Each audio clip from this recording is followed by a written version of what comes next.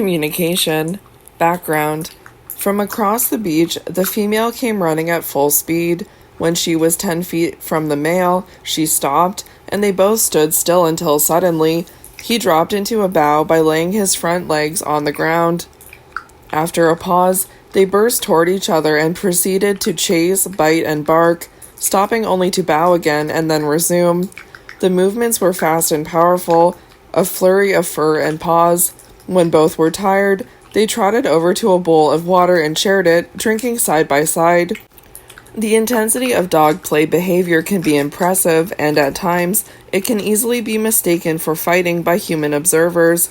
Socialized dogs and other members of the family Canidae, such as wolves and coyotes, appear to recognize the difference between play and aggression, and normal dominance hierarchies and friendships appear to resume after play bouts.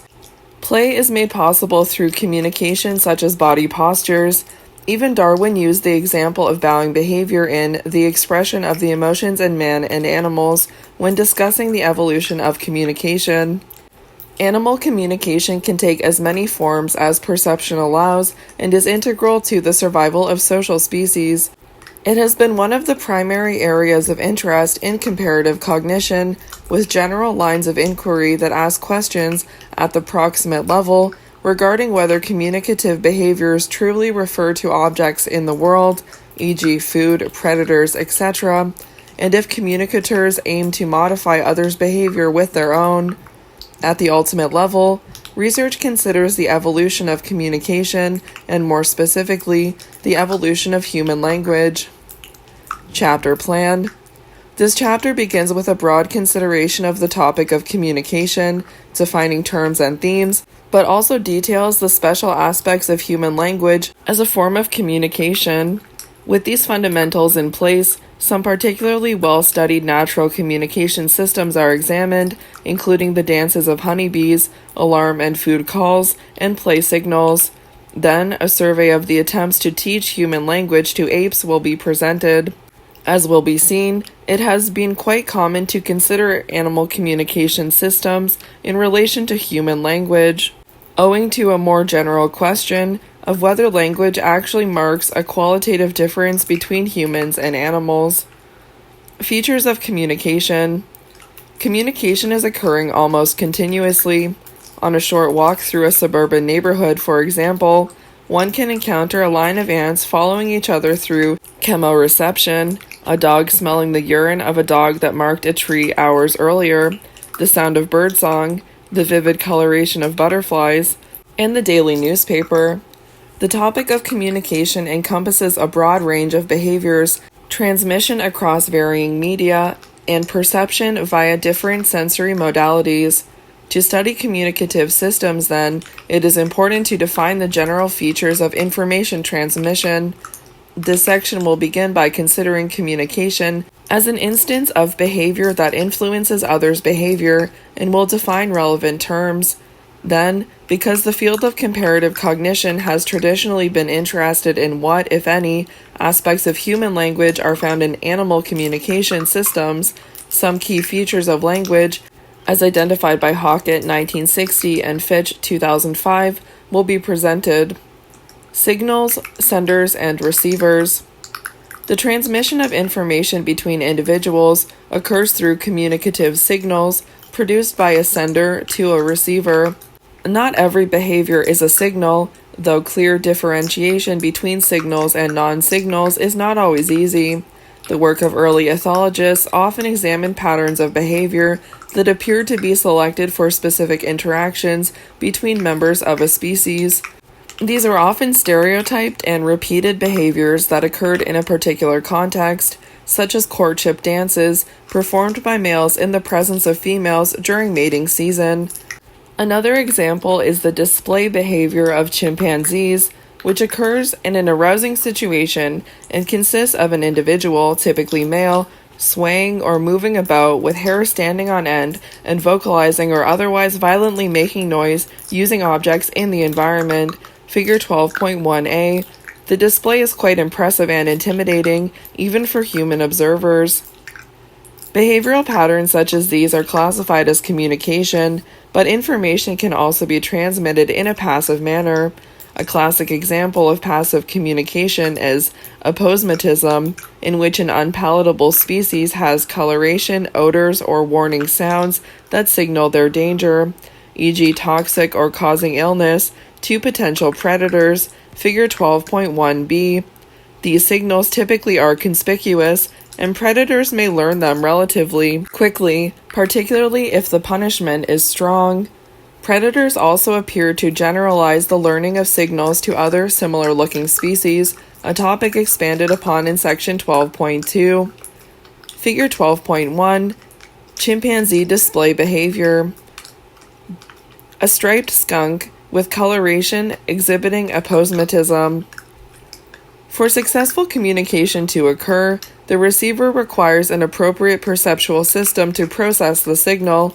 Indeed, human observers can be unaware of other species' communication systems due to our limited perception.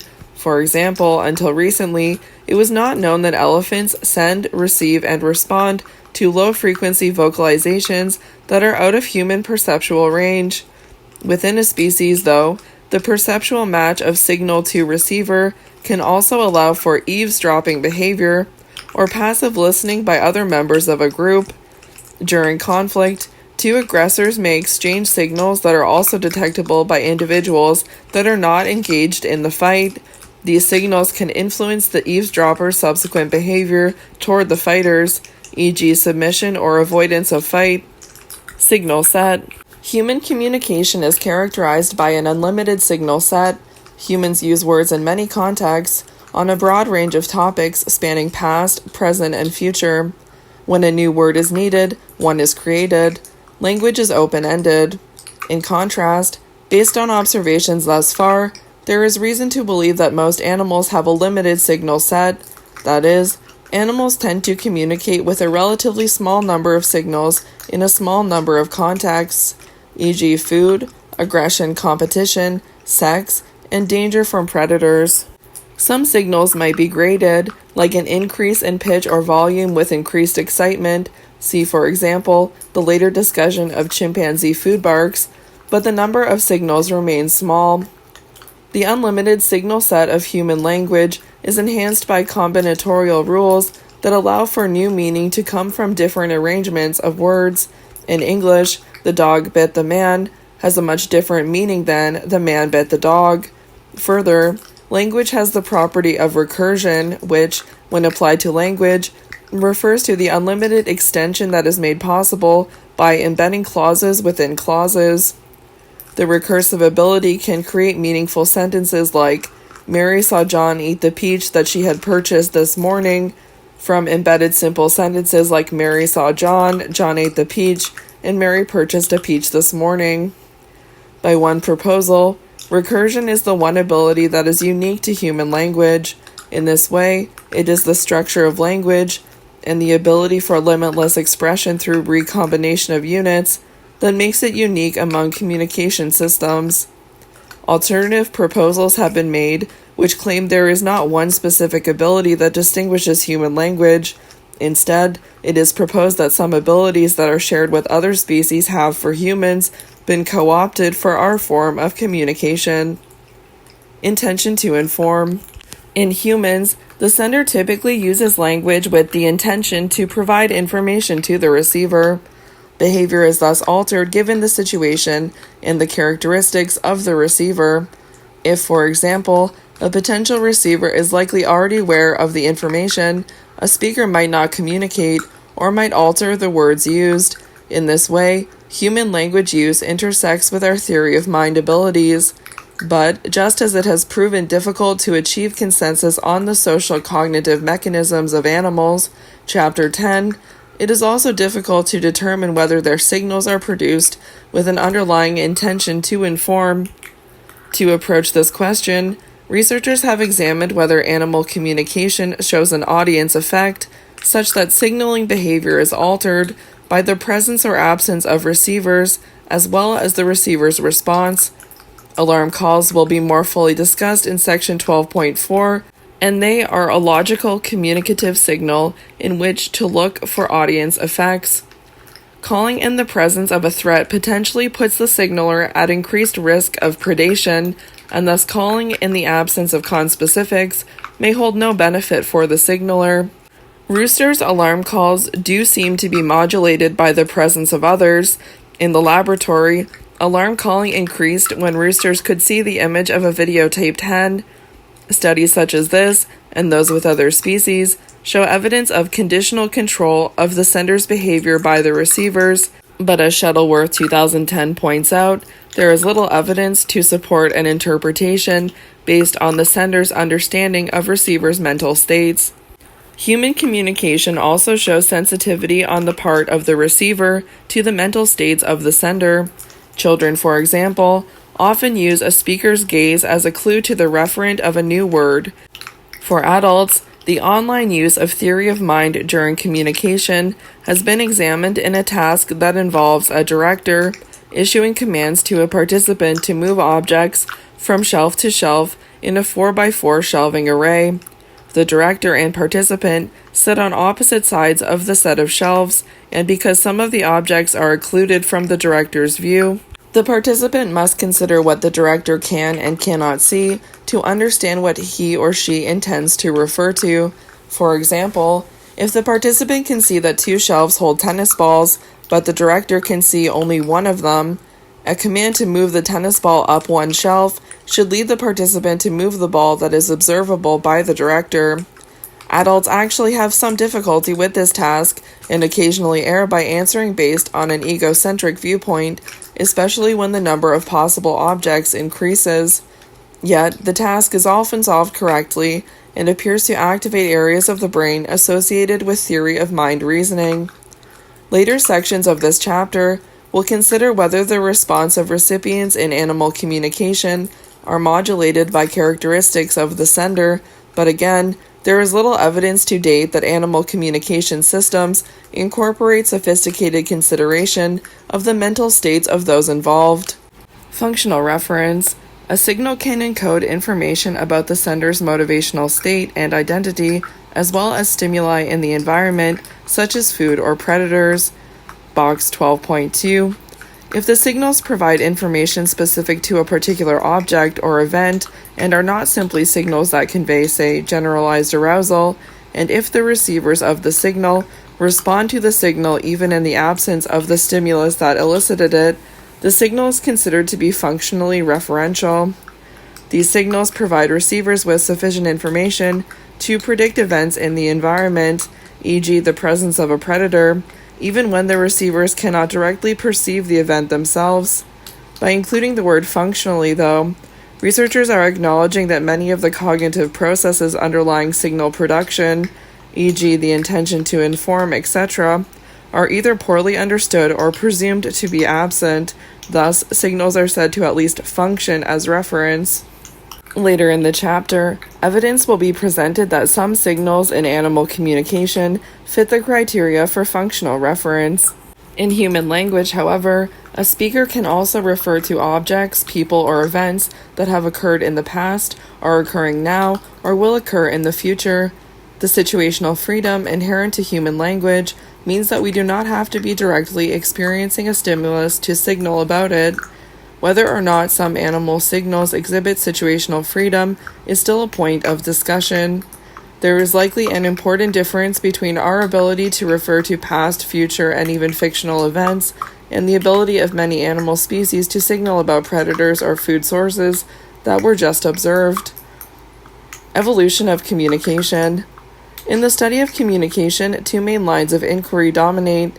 The first is the search within animal communication for the features of language that were introduced in the previous section, and the second is the evolution of communication, which will be introduced in this section.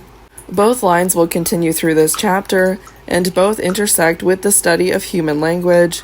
The evolution of communication has a rich literature, with seminal theories originating in ethology and considered in psychology and linguistics. The traditional ethological view focused on communication as a pro-social behavior. Tinbergen, 1964, which was discussed in Chapter 11 when considering information sharing via alarm calls as an act of helping. Broadly, communication can benefit both signaler and receiver in environments in which altruism or reciprocity is possible. These original ideas have been elaborated to consider implications of individual selection, e.g. Dawkins and Krebs, 1978, emphasizing that signalers can benefit from manipulating others. Yet, it has also been proposed that in some cases, honest signaling should evolve. Both of these seemingly contradictory accounts will be considered below. Manipulation and deception. Sometimes, what is in the best interest of the signaler is not in the best interest of the receiver. A chimpanzee's display behavior is costly and seemingly not of benefit for others, but potentially benefits the signaler by giving the impression of being bigger and healthier than he actually is. As Maynard Smith and Harper 2003 discuss, signals are not necessarily truthful indicators of the quality of the sender, but can benefit the sender by manipulating the receiver. As dishonest signals are selected for, though, so too may be the receiver's ability to distinguish between honest and dishonest signals. Thus, an evolutionary arms race occurs in which the signals that better manipulate the receiver are selected, and the detection system of the receiver that better filters this signal is selected. It is worth considering at this point that, although the topic of dishonest signaling in animal communication is laden with terms such as deception and manipulation, there is no assumption that the signalers are intending to deceive. In contrast, it is readily accepted that human communication can be used to intentionally mislead or deliberately create a false belief through reasoning about the mental states of others. The ethological theory simply implies that the signals of animals can function to deceive the receiver to the benefit of the sender. In fact, even a passive signal can be considered deceptive. In the case of Batesian mimicry, a palatable species has similar physical features to an aposmetic species, in essence dishonestly using another species' honest warning signal. The viceroy butterfly, for example, does not have the toxicity of the monarch butterfly, yet has similar coloration and is avoided by the predators that learn to avoid the monarch. Batesian mimicry can also be seen with auditory warning signals. By using high-speed infrared cameras to observe bat-moth interactions, Barber and Connor 2007 examined red and big brown bats' reactions to sound-provoking, noxious tiger moths. As expected, the bats quickly learned to avoid the tiger moths. The bats also then avoided another sound-producing species, even though it lacked the chemical protection of the tiger moths. Interestingly, a subset of the red bats subsequently learned that the Batesian mimic was palatable, suggesting that in this interaction, the bats exert a strong selective force on mimetic resemblance. That is, in Batesian mimicry, the duped receiver may come to recognize subtle physical or auditory differences between the noxious and palatable species, exerting selective pressure for more accurate mimicry. Honest signaling. In some cases, the nature of a signal would suggest that it is too costly to fake or simply could not be faked, and thus honest signals can evolve. Zahavi's handicap principle, for example, suggests that a costly trait, like that of a peacock's tail, can be used as an honest signal because only those individuals who can develop the tail and survive the increased predation risk will, in fact, have the trait. Other proposed examples of honest signaling include the stotting behavior of gazelles, in which an individual springs into the air, lifting all four legs off of the ground, figure 12.2, and conspicuous consumption in humans, which some individuals may purchase and clearly display valuable goods. Even aposmetic species can be said to be engaging in honest signaling to potential predators, advertising their very real danger. Initially, Zahavi's handicap principle and the general proposal of honest signaling was the topic of much debate. However, recently developed mathematical models have lent support, and the ideas are now generally accepted. Figure 12.2, a gazelle exhibiting stotting behavior, proposed as an example of honest signaling. So they're just jumping really high. Bee dance. With foundational terminology and evolutionary theory pertaining to animal communication in place, the next 3 sections will focus on natural communication systems. The research presented here has been completed in the wild and the laboratory, with the goals of documenting a given communication system, considering the features of communication, e.g., audience effects, functional reference, etc., and addressing theory related to the evolution of communication. It is fitting to start this discussion with the dancing of honeybees because it is one of the most studied and initially controversial animal communication systems. The original research by von Frisch in 1953 was integral to the growth of the field of ethology, and along with the work of Tinbergen and Lorenz, earned the trio a Nobel Prize. In this section, the dance behavior will be detailed, and then studies designed to specifically examine the information embedded in this signal will be discussed.